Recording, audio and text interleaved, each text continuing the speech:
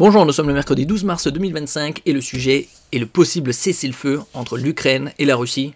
Un cessez-le-feu d'une trentaine de jours, ça fait penser au cessez-le-feu qui a été plus ou moins négocié il y a quelques semaines au Proche-Orient.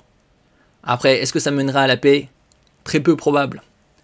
L'Ukraine a accepté mardi, en Arabie Saoudite, une proposition des États-Unis pour un cessez-le-feu de 30 jours avec la Russie, se disant prête pour la paix, après plus de 3 ans de guerre. Ça a commencé le 24 février 2022, déjà plus de 1000 jours et plus d'1 million de morts. Moscou attend des précisions de la part des Américains et revendique de nouvelles avancées sur le front. Les Ukrainiens avaient fait une percée en Russie, dans la région de Koursk. Là, ils sont en train d'être éjectés. Donc, les Russes reprennent du terrain. Le point à la mi-journée sur la guerre en Ukraine. La proposition américaine de cesser le feu de 30 jours en Ukraine, acceptée par Kiev après plus de 3 ans de guerre, se trouve mercredi entre les mains de Moscou au lendemain d'une rencontre diplomatique américano-ukrainienne à Jeddah, en Arabie Saoudite.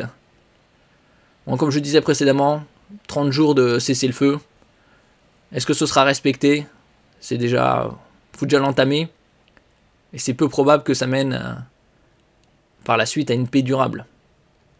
Une bonne partie des terres ukrainiennes sont déjà dans les mains de BlackRock.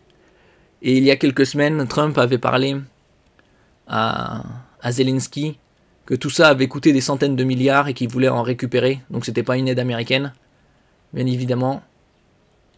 Et donc en échange, il voulait les terres rares en Ukraine. Certainement pour un coût minime.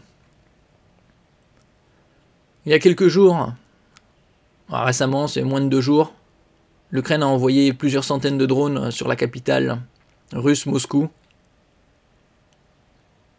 Attaque massive de drones ukrainiens sur Moscou. Dans ce contexte, l'Ukraine a affirmé que son attaque massive menée mardi avec des centaines de drones, qui a visé en particulier Moscou et sa région à plus de 400 km de la frontière ukrainienne, devrait inciter Vladimir Poutine à accepter une trêve aérienne, à moins que ça le pousse à bombarder davantage l'Ukraine et des infrastructures.